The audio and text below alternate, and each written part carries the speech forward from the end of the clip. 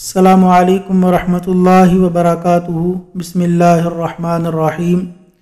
خلیفہ عمر بن عبدالعزیز رحمہ اللہ کے نافذ کردہ عادلانہ اسلامی نظام کے بہت سے حاسدین اور مخالفین تھے۔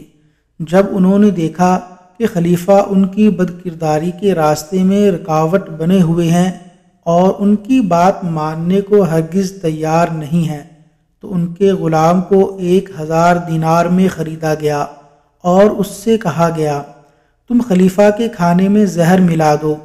چنانچہ اس نے ایسا ہی کیا اور آپ نے وہ کھانا تناول فرما لیا۔ زہر کے اثر سے بیمار ہوئے۔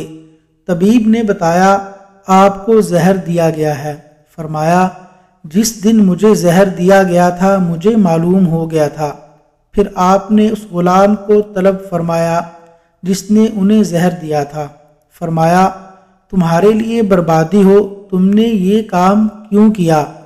اس نے کہا، 1000 دینار کے لیے جو مجھے ادا کیا گیا۔ آپ نے فرمایا، جاؤ یہ رقم جلدی سے لے کر آؤ۔ جب وہ 1000 دینار لے کر آیا تو آپ نے اسے بیت المال میں جمع کرنے کا حکم دیا اور غلام سے کہا، جلدی سے اس جگہ بھاگ جاؤ جہاں تمہیں کوئی تلاش نہ کر سکے، وگرنہ لوگ تمہیں ہلاک کر دیں گے۔ وصلی اللہ علی نبینا محمد وعلی آلہ واصحابہ اجمعین۔